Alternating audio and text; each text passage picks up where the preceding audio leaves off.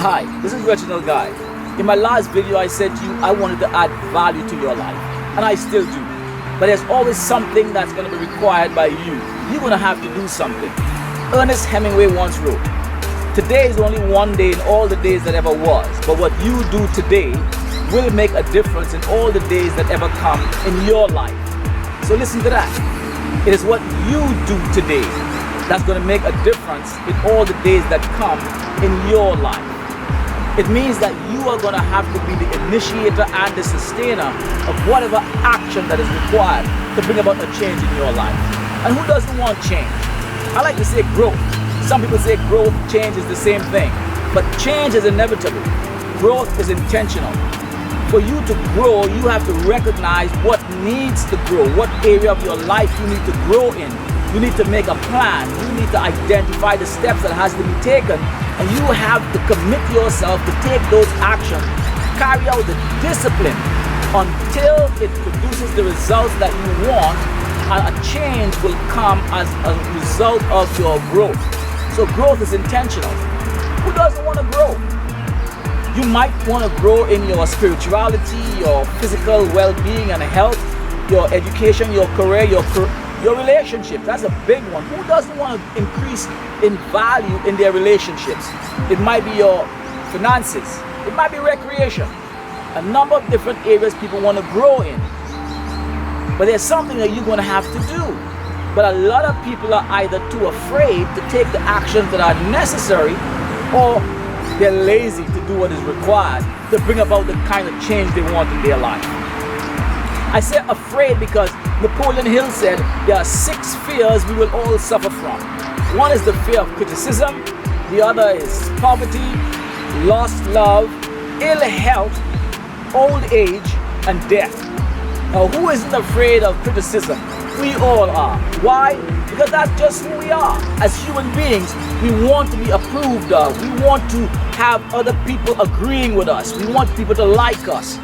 And if people criticizes us, we feel less than we really ought to feel. So in order to avoid that, we are in harmony with them. We try to be in harmony with them, and we are afraid of being criticized for going in another direction. Who is not afraid of poverty? Well, some people are born with a gold spoon in their mouth, and that might not be a problem. But for many of us, it is a problem. What about lost love? I hear people say, "Oh, I'm afraid he leaves me. If she leaves me, I don't want to live alone. What am I going to do?" They're afraid of lost love and broken relationships. So they do things that they know they aren't supposed to be doing in order to keep that relationship going, when they really know that it's supposed to be gone away with a long time ago. What about old age, ill health, and death?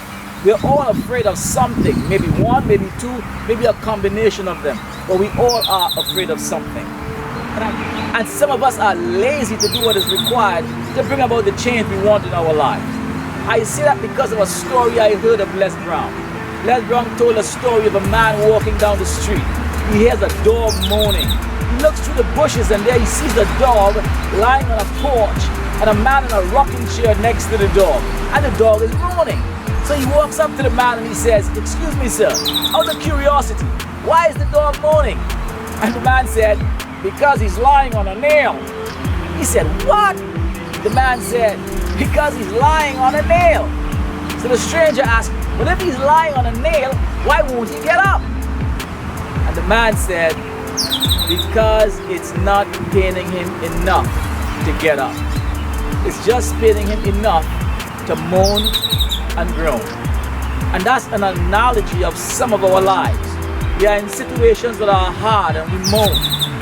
We are in situations that are difficult. We complain, we groan, but we never exercise the courage necessary to alleviate that pain. So what is the lesson? The lesson is simply this: recognize that wherever you are today is a result of what you have been doing all your life, of what you failed to do. But you have created a pattern in doing things a particular way. You have become so accustomed doing it that you're on autopilot. And the energy that you have been expending to create that outcome, it's the same energy you've been outputting over and over again. If you are wanting to bring about a change in your life, you're going to have to change what you're doing, and it may require you expending a little more energy than you've done before. It may require you doing something that you've never done before, or doing the same thing in a different way, getting involved with different people, associating with different people, getting ideas from different people. If it's your spirituality, if it's your health and well-being, maybe you need to change your diet, start exercising, or be more dedicated to your exercises. You may be exercising, but you're not dedicated. Maybe you need to dedicate yourself to that exercise. Maybe you need to stop intaking so much sugar, salt, meat. A lot of people just love that chicken. They love that meat. Maybe you need to get rid of some of that meat out of your diet. Maybe it's your relationship. It's some skill. Is there some skill that you need to develop to build and strengthen your relationship? If it's with your partner, your family, your co-workers, your employers, whoever it is, maybe you need to develop patience, self-control, a little bit of forgiveness, something you need to exercise in your life that you've not been exercising before. You need to go the extra mile. What about your education and your career? Read a little bit more. Change the books that you're reading. Maybe you are reading, but the kind of books you're reading, it's not doing anything for you. You spend hours upon hours on the TV, internet, the YouTube and other places, and it's not adding value to you. So my message to you is, you have to be prepared to do something that you've not done before. Change what you've been doing. Take a different approach. Associate with different people. Get different ideas. Start thinking differently.